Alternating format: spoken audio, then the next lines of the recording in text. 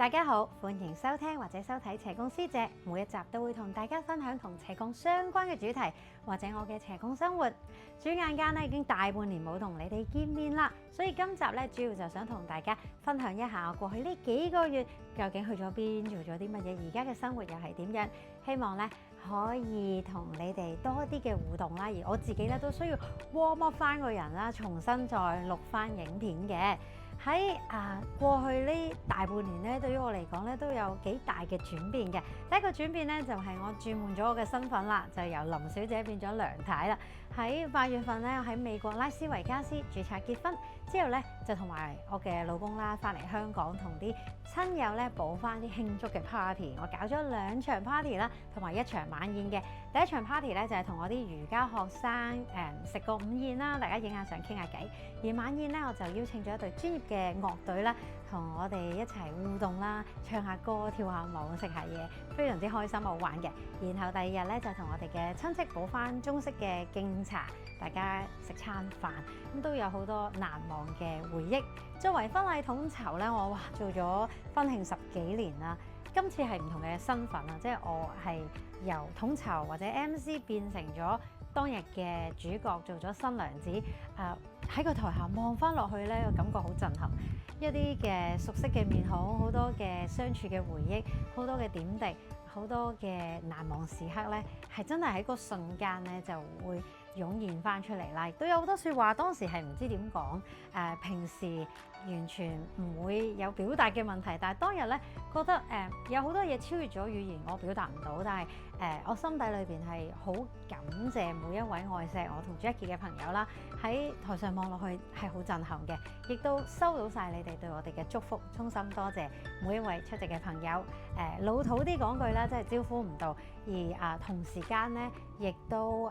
好多謝喺背後幫咗我唔少嘅婚慶界嘅朋友，包括咗幫我扮靚嘅 Anna Creation 嘅 Yvonne 同埋佢嘅團隊啦，咁幫我啦，同埋我啲屋企人啊，幫我啲姊妹都化咗好靚嘅妝容啦，令到我哋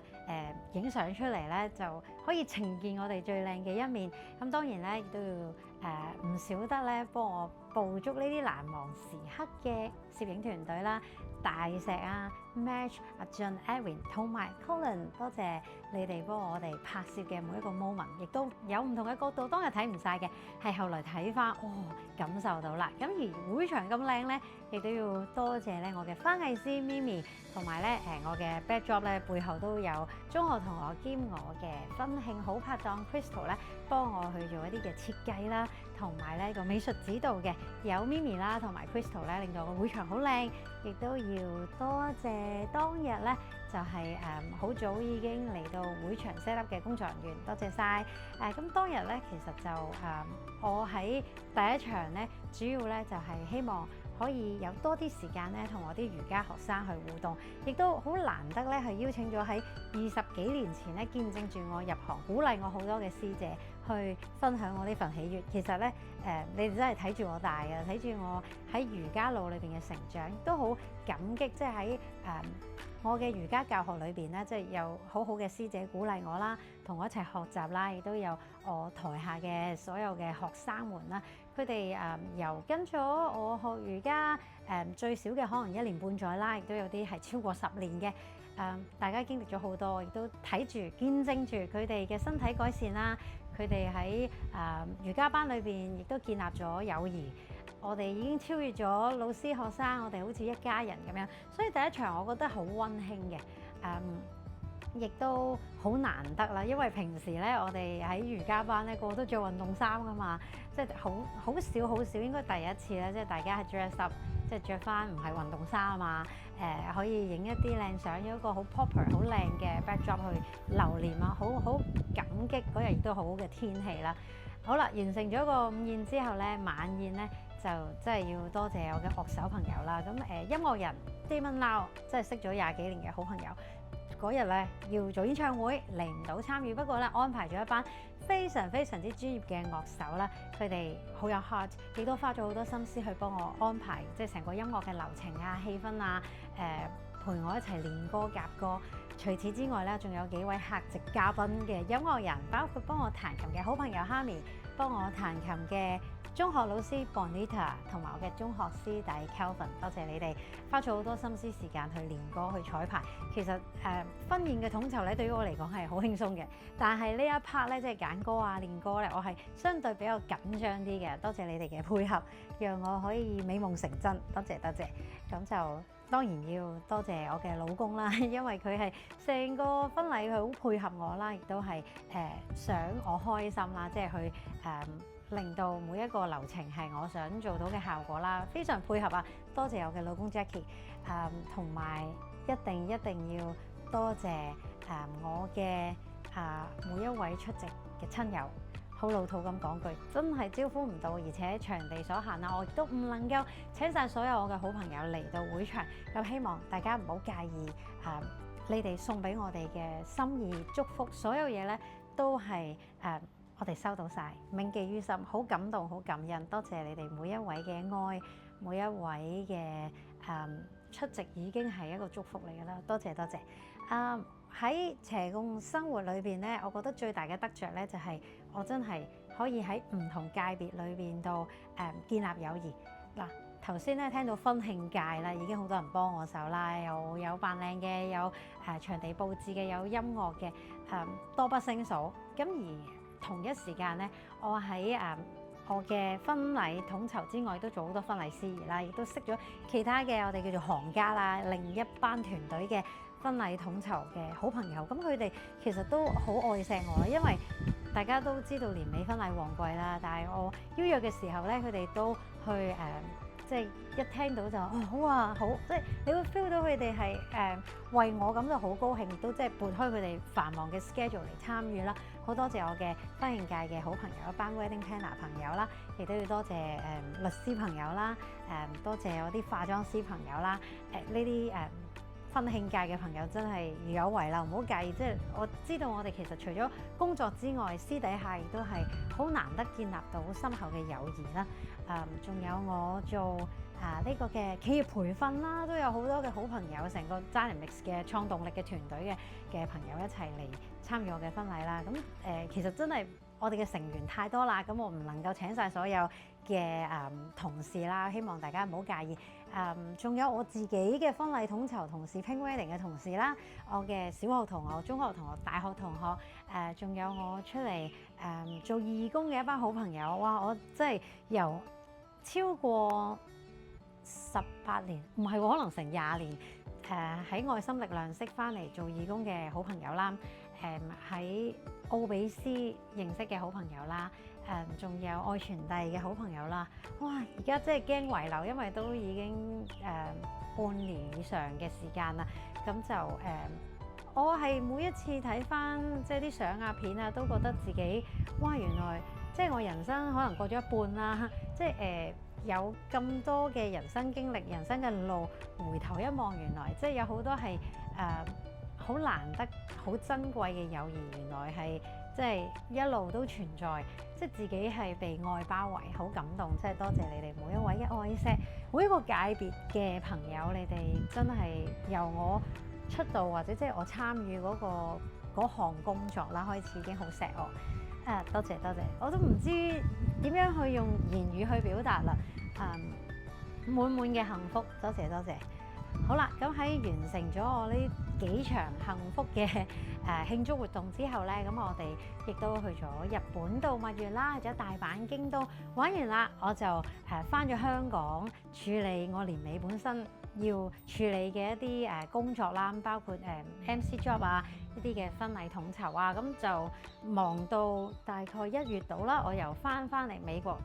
1個月後又返香港，咁就繼續我2、3月嘅 MC job 同埋我嘅一啲婚慶工作啦。咁同時間咧，亦都要兼顧處理我嘅搬屋啊，即係又唔算係移民嘅，我諗叫移居啦。我就將香港嘅基地咧轉移去到美國，我就要還翻間屋俾業主，我要將我嘅物品要 pack 好晒，要寄嚟美國，要報關。處理呢啲比較忙嘅工作，亦都有朋友嘅聚會，中間亦都有去旅行，去咗福岡，咁就眨下眼嗰個半月就過咗啦。之後咧就嚟到美國，而家都超過3個星期。因為之前呢嗰個幾月實在太忙啦，身心俱疲啊，因為我又住平洲啦，每一日嘅出入又要搭船又要搭車，我又要搬嘢，咁好彩有我嘅老公幫手啦，即係好艱巨，即係我搬屋嘅經驗好豐富啦，但係移居咧，即係去由香港移居嚟美國咧，絕對係對於我嚟講一個大嘅工程啊！咁未正式完成晒嘅，都仲有一啲嘢係喺香港要慢慢處理過嚟。咁嚟緊咧，我嘅生活會係點咧？我會係兩邊走，大部分時間會喺美國，少部分時間喺香港。由於科技真係好發達啦，即係應該話好感謝網絡啦，所以我可以喺美國咧繼續視像教瑜伽啦，我可以繼續做一啲旁白配音嘅工作，亦都可以視像去同我一啲嘅婚禮統籌客啊，或者係有啲 MC 嘅客戶咧繼續溝通。咁當然要我 physically 個人喺香港嘅工作咧，我就做唔到啦。未必夾得到時間，但係如果我本身花開香港嗰段時間就可以做咯。咁呢個都係取捨嚟嘅。我而家有一個新嘅身份啦，斜槓嘅工作咧就多咗太太嘅角色啦，咁所以都要兩邊去學習去平衡兼顧嘅。喺斜槓度加多項咧，我覺得呢一項嘅工作咧對於我嚟講都係有少少挑戰啦，但係好喜悅去學習嘅。咁我而家亦都會堅持住每一日咧，我一定要做運動啦，我要繼續 keep 住咧，我會學語言嘅。簡簡單單，其實我有個手機 app 去學下日文，咁學得好慢嘅。不過我就好想自己堅持咯，而家已經堅持咗700幾日啦。我會繼續堅持落去，咁就仲有就係會學下樂器。咁就由於我真係手指比較笨啦，即係我而家係用 app 去學緊琴嘅，好遙遠啦，亦都好多時候想放棄，但係其實我覺得即係我嘅目標咧好遠嘅，我就係希望可以自彈自唱咧。但係未做到之前咧，我係好想自己有一啲堅持。當我能夠有一份嘅堅持，無論嗰日做到幾多幾少都好啦，一路 keep 住做咧，係可以俾到一種自信俾自己嘅，即係要相信自己堅持咧，哪怕個進步係好少咧，都係一個進步。今集咧亦都好想即係帶出我想表達嘅一種分享，就係人生好多階段咧，你係意料唔到點行嘅。但係有一啲嘅堅持咧，其實你可以彈性咁樣去繼續進行。即係譬如可能你嗰段時間好忙，或者身體麻麻地，咁你咪做一啲最輕柔嘅運動，或者係學一啲相對容易上手，或者係每日就係要求自己練習重複嘅嘢，唔好介意進步得好少，都繼續堅持去做。日子耐咗，你就會睇到成果，同埋其實我覺得就係嗰種你發覺自己原來我做到啊，原來我得嘅呢一種感覺係令到你可以繼續行落去咯。我係好中意學新嘅嘢啦，好中意睇到自己進步啦，亦都可以透過嘅斜槓工作啦，呢一種嘅生活咧，俾到我呢一種嘅滿足感。好希望咧有睇呢個節目、有聽呢個 podcast 嘅朋友咧，都可以感受到。即係呢一份動力係你擘大眼嘅時候，你會有期待嘅。我今日又會有進步啦，我又會學多啲嘢，或者我會去嘗試去了解一啲我唔識嘅範疇，哪怕我原來係完全係好門外漢，我只係識好少。但係當我又知多啲啲嘅時候咧，我就會好有成功感，好有動力想繼續行落去。而家我身處嘅環境咧，其實係好平靜、好舒服嘅，所以我亦都好多時候咧可以有個空間去諗下自己嘅人生應該點行啊，或者有啲咩係可以做得好啲啊，點樣係我嚟緊想行嘅方向。我覺得有靜落嚟嘅時間咧，亦都係可以幫到我哋斜槓族咧去調整自己嘅身心，因為有陣時一忙起上嚟咧，你會唔記得咗自己究竟我追求係乜嘢咧？我做緊乜嘢咧？其實人生有好多可能性嘅，唔同嘅路、唔同嘅 pattern 行出嚟睇到嘅世界都不一樣。最後咧，好希望今日有緣聽到呢個 podcast 或者睇到呢條片嘅朋友咧，都可以揾到你哋想過嘅生活模式，好好享受你哋嘅生命。再一次多謝大家嘅支持，我哋下集再見，拜拜。